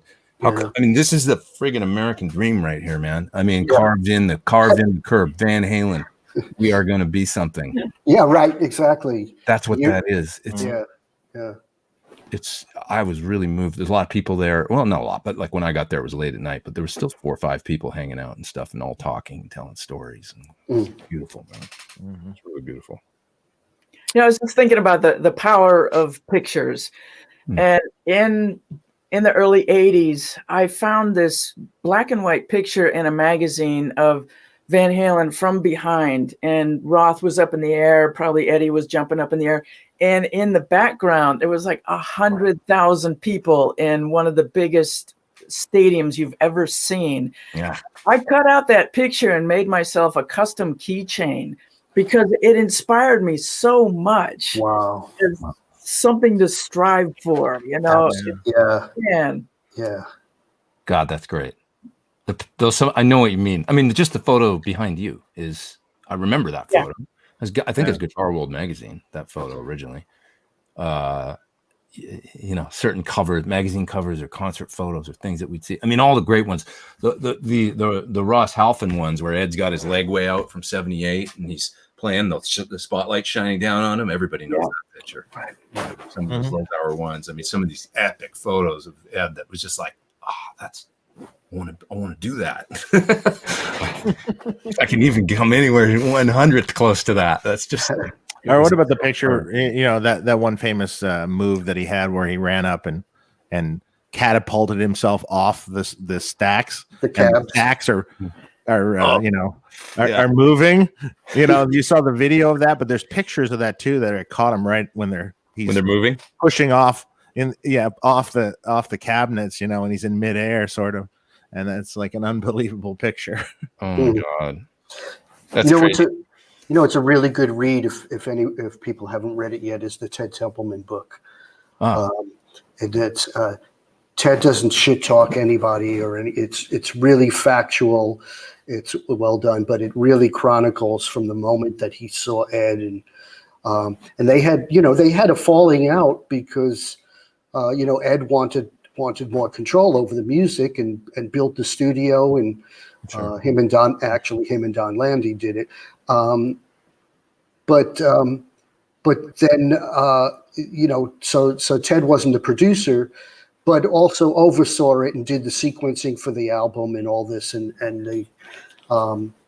it's a really good read, and you really you get an insight into a lot of what it was like to discover and present to the world. Yeah.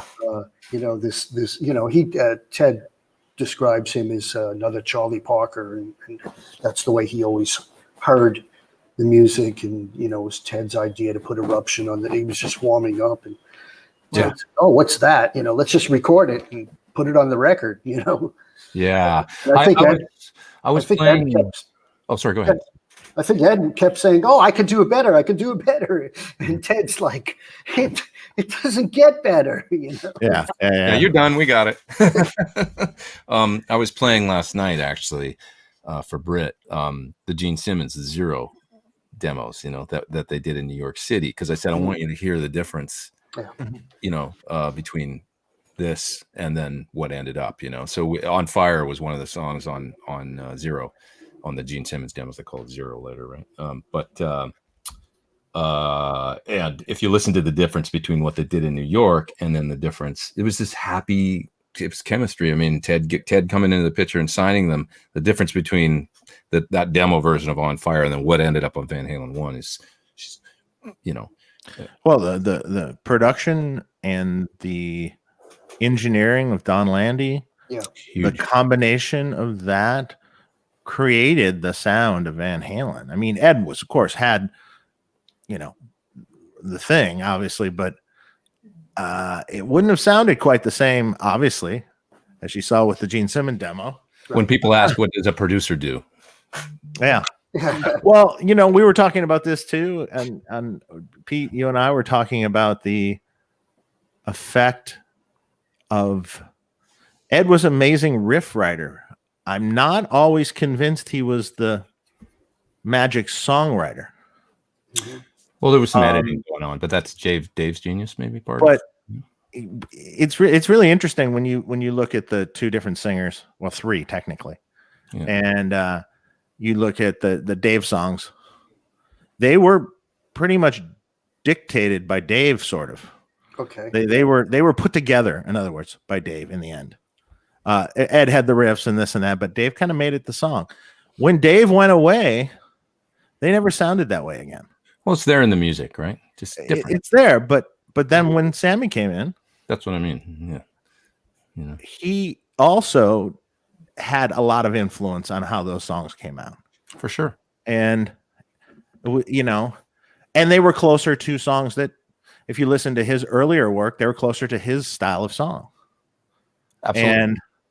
And then when you had Gary Sharon for an album, that was all Ed. Right. Yeah. So.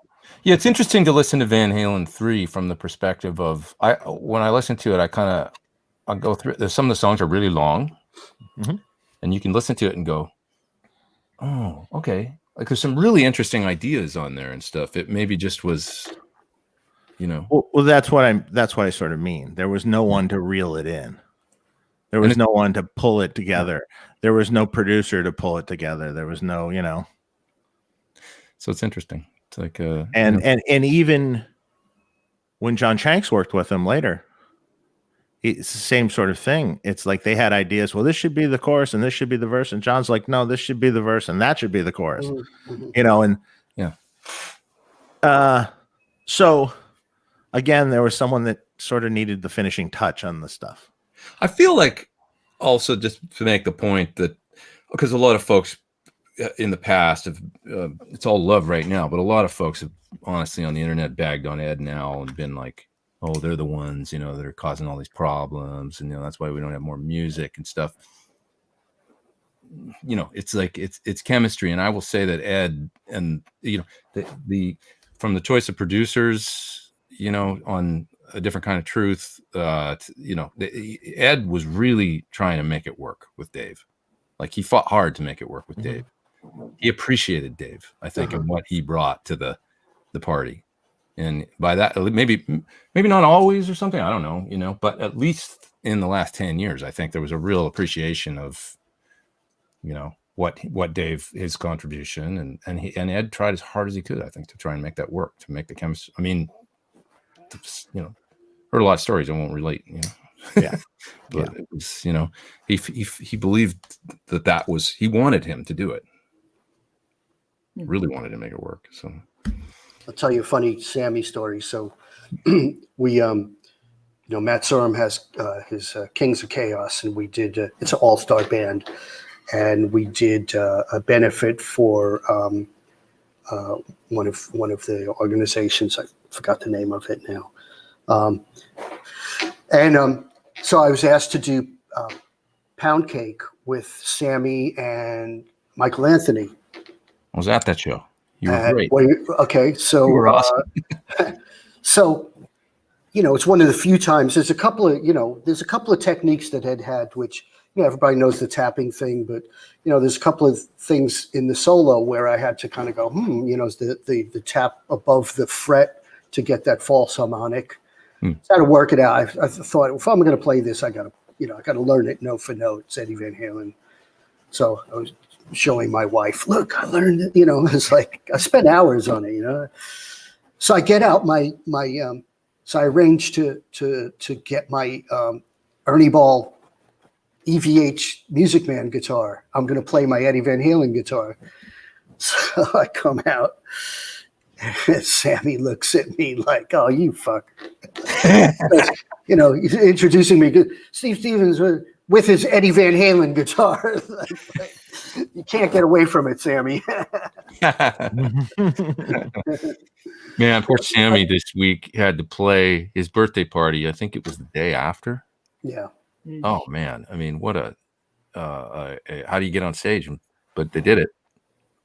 You know, yeah, and I understand that the two of them had been texting before Ed passed, you know, to kind of, you know, at least make things right. That's good. Yeah. That's really good. Yeah. Yeah. All you folks in the super chat, man, I can't thank you guys enough. We're doing this for a really good cause today. St. Jude's and Mr. Holland's Opus. I really appreciate you all being here. It's about 1. I guess we can go another 15 minutes or so, and then we'll sign off. But Just looking through some of the comments here. Somebody's mentioned the 2015 Hollywood show, Jimmy Kimmel Live, when Dave injured his nose. I remember that. That was crazy. And they just had to jam out there on Hollywood Boulevard while Dave kind of got it together, which everybody got an instrumental show for a bit there. You know, I was thinking about this week that I guess I was one of the folks that got to see the last show at the Hollywood Bowl. Okay. That very final one of the 2015 tour, which was awesome. I mean, it was great. I had a terrific time. It was a total celebration to see them in that iconic venue and stuff. And, you know, these things, man, you never think. Go see shows, you know. You got to go now because you just never know when, right? I mean, you can't right now because of the pandemic, right? But when shows come back, and then let's all go, you know, and see our heroes. There's going to be a lot of touring when it comes back. I hope so, man. I hope so. As it should be. If there's any place left to play. Right. Or at least smaller places are kind of doomed, maybe. Yeah, but they'll open again. Somebody will come in and be like, I'm going to turn this into a club because they're already a club. So it's like, open it up again. I'm confident. I'm an optimist. That's true. Gotta happen. Everybody's going to be hungry. Everybody's hungry now for art and music. So, you know, it's. I think it's going to come back in a good way. We're all making our way through it, aren't we? Amen. Yeah. I'm just looking through the chat here. Let's see. Todd says to me, EVH and guitar playing is synonymous with each other. Totally. Whereas a lot of other guitar players that came along are dudes that pick up the guitar and tried to play like EVH. Yeah. I mean, Ed, you know, it's interesting. Dave and I were talking about this the other day, like his influences being Clapton, I think was his primary influence. Yeah. He cited Richie Blackmore too. I mean, do you guys have any other insight into some other folks that he like? Holdsworth, of course. Yeah. Yeah. In the Templeman book, there's the whole exactly what happened because Ed signed him, got him a deal at Warner Brothers, and then and Ted agreed to it, and you know, because Ed wanted the world to hear this guy. Right. Guitar players knew of him, and then I guess once they signed him, Alan said, "Yeah, well, I don't want any of you guys in the studio. I don't want any involvement or anything." So, you know, he made an Alan Holdsworth record. It turned into an EP, and you know, yeah. I wonder when Ed originally heard it. I mean, I wonder if that some of the Metal Fatigue record or big stretches and stuff. You know, it was it's the one, maybe Road Game. Is it Road Games? I think it's the one Warner's record. Yeah. Yeah, I don't know. You know, I was in a cover band from 70. Let me think here for a second. 76. And I remember when the Tony Williams Lifetime records came out. And I have to think that maybe that's around the time that, because I heard them. I got to think that Ed probably heard them at that point. And then obviously UK after that. But yeah, the funny thing is, you know, you can hear, even in to me in the Beat It solo, I hear a little bit of Holdsworth. You know, just kind of little phrases of that legato, just a little bit. You know, it's all over the 1984 record. Is it? Yeah, is that Holdsworth's all over that one. I mean, you can hear it in his playing big time, probably more than anything. Yeah, especially like intro solos and stuff. What's that, Jennifer? That one lick in Hot for Teacher before the whole band kicks in, where he does these groups of 5, this descending thing that's the same symmetrical thing on every string. Yeah. There was a couple of us nerds that got together and were comparing that riff to a Holdsworth riff that was almost the same thing, but not as symmetrical with Holdsworth. I mean, he was just in a whole other world. Yeah. But yeah, he was definitely influenced by him. And I know exactly what you're talking about in the Beat It solo, where it's E to D to the open B string, and he takes the trem bar and goes bam, blah, bam, blah, and then really digs in. Bam, blah, bam, blah. It's very Allen, isn't it? Yeah. Yeah. Yeah. That's interesting. Wow. And saxophone or something. And on those Tony Williams Lifetime records, Allen's playing just through a Marshall head in a cabinet. And the sound is not that dissimilar to Ed's. I mean, it's in a totally different environment, but there's kind of a similarity in the guitar tone as well. Wow. That's interesting. Yeah. And also I tried to look and see, because Alan was another guy who put a humbucker in the Strat. Sure. Yeah. And it was like the same year, you know. I don't know if he saw Ed do it or, you know, whatever, but I think the two of them kind of like had come to this place where, oh yeah, we like the whammy bar, but we don't like the single coils. And Interesting. Yeah, Alan had those signature Charvel there for a minute, or like the red one with the black guard and the single humbucker. They were so cool. Yeah. Dave, maybe you could tell us a little bit about, like, because since we're talking about the tone and stuff, and that was so influential too. You helped, you know, and did rebuild the Magic Marshall and built many of his rigs, and were a partner in him achieving his sound. I mean, dude, what's it like working on that amp? Just being inside, knowing that the electricity ran through that thing. Yeah, that's like, yeah, you're pinching yourself the whole entire time. You're kind of like, that's the amp. You know, this capacitor. That's the one. That's the thing. He wasn't happy with it though. So you know, the funny thing about that was, I had some theories about things that I had read that might not have made sense to anyone else, but they did make sense to me. And just about some things about, I remember Rudy Laren one time said how the amps were, he said the amps were biased to 82 or something. Like, what? What was that? That doesn't really make sense. But what we come to figure out later, and several other articles, Ed said, yeah, I'd always turn up the bias in the amp till the tubes melt and stuff, which he's not really turning up the bias. He's making the current higher on the tubes. But then he'd use a variac. So in an old Marshall, if you crank the standard bias with the standard 68.7s in it, it gets you around 80 milliamps at 120 volt wall voltage. Now when you drop it, it's around 50. Because you know, you're dropping the voltage from the wall, so the bias drops too, and at the plate voltage there, 50 is perfectly fine. It's like a safe number, and it's good, and that's sort of the whole key.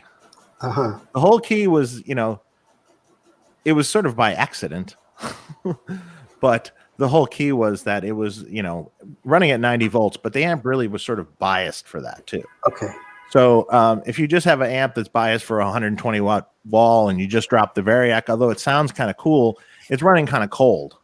It's not really as hot as it should be on the bias. So when you do that, it just adds that grit and sustain and that thing that's missing from, say, a stock Marshall, right? Right. And so that was the theory I had. And also, there used to be these stories of where he would blow up transformers and stuff. Well, I come to find out that they would never bias anything.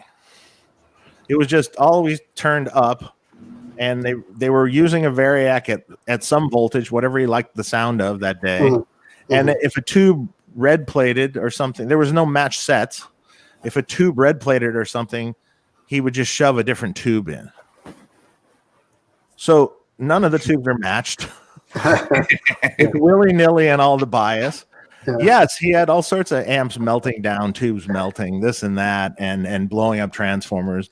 And then I was told by Rudy Laren that at some point in time, Jose decided we're going to match all the tubes, and we're going to do match sets of tubes, essentially so this wouldn't happen. And after that happened, then they didn't blow up transformers and stuff anymore. Wow. Gotcha. So, all this is geekdom for me, over the years. And so I get to rebuild this amp now. This amp over time had been changed a bunch of times. And at this point in time, the whole amp at one point in time had been rewired with Teflon wire. And their theory was they wanted it restored to what was originally in the amp, the original wire and stuff. So they gave me another Plexi Marshall of a similar era to gut all the wire out of. So you're kind of like, wait, you want me to take the wire out of this other old vintage amp? Okay, sure. So I restored that to what it should have been, or what I knew the spec probably was for that era amp, and with the new wire, and try to use, any NOS parts to replace things with. So what it would have been for that era, biased it, put the 6 CA7s in, biased it up for the Variac so you could run it. And they took it. And he goes, that's the best it's sounded in 20 years. and I'm like, okay, now I'm done. What? There's nothing left to do in life. How do you top that, Yeah, that's awesome. I remember after finishing it, there was a couple people that came over and played it. Yeah, you were one. I played it before and after. Mike Tempesta was one. Fun. And they were just all like, "Oh man, sounds good." Dude, it sounded great. To be honest, it sounded great before and it sounded great after. I mean, it's wire, right? So it's like, and it was in his hands, but it sounded great both times. And what just even to be in the same room, let alone turn it on 10, and so exciting. Yeah. Dave has been a really good friend to me. You guys have all been great friends. But it's God, man, some of these experiences. Yeah, I mean, so I mean, now that I look back on that, doing that, I couldn't ask for anything cooler. Yeah, right. I really couldn't. Yeah. What else do you do? Yeah. Totally. I was the last one to service, to work on, and do anything to that amp. I even did a duplicate of it. Did you really? Mm-hmm. Took another old amp and just made it the same. Yeah. And that one sounded great too. Well, he relied on you. He trusted you. Yeah. And that's a powerful. Worked on a variety of his old amps. I mean, like all sorts of different. That one stripped Marshall you see in pictures that's just wood. That one you saw all in early days in pictures and stuff. I worked on that one too. Right.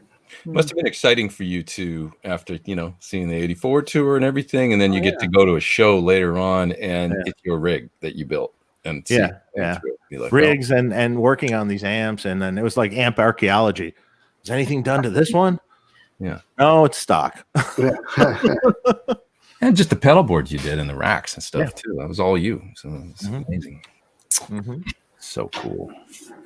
Well, you guys, it's about 1:13, and I can't thank you enough for doing this. My pleasure. Well, No problem.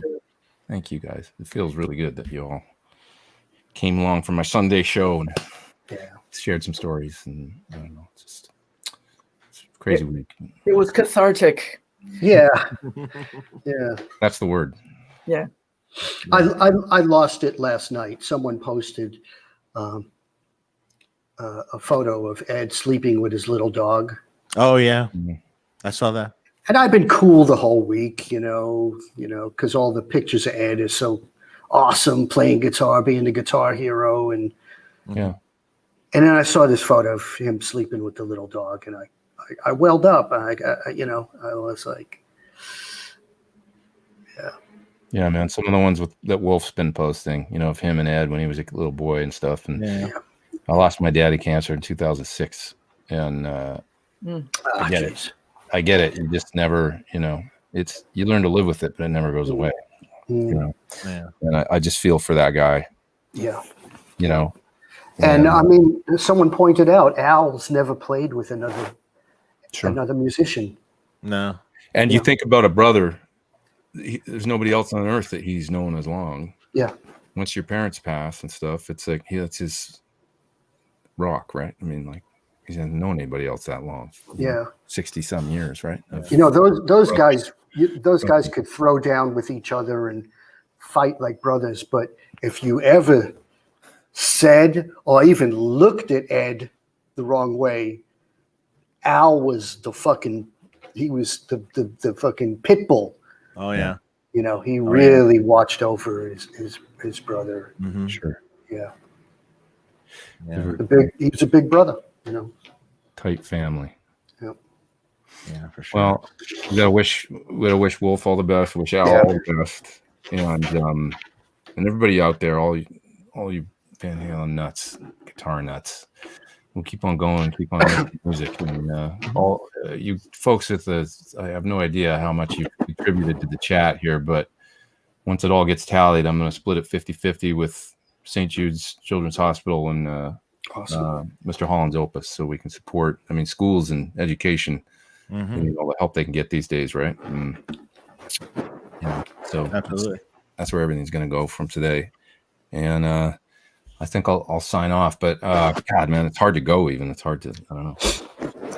Mm-hmm. Weird to sign off. But Dave, are you going to have a Tone Talk coming up?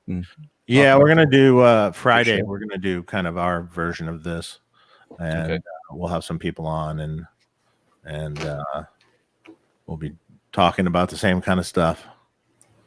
You know, feel free, the people, if you want to ask questions on that show and stuff, and about stuff I did with him or stuff over the years, feel free to ask away. I'll tell you what I can, at least.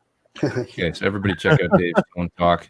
And thanks, Ben, for being here, my moderator. Thanks for helping me out, bud. Always really appreciate it. And he's got a show tomorrow. He's also, I believe, devoting to Ed, Ben Coombs. And you guys hang out for a second, and I'll say goodbye. And then we'll say goodbye after. Thanks, everybody, for being here. Thank you so much. And God bless Eddie Van Halen. Rest in peace. Yeah.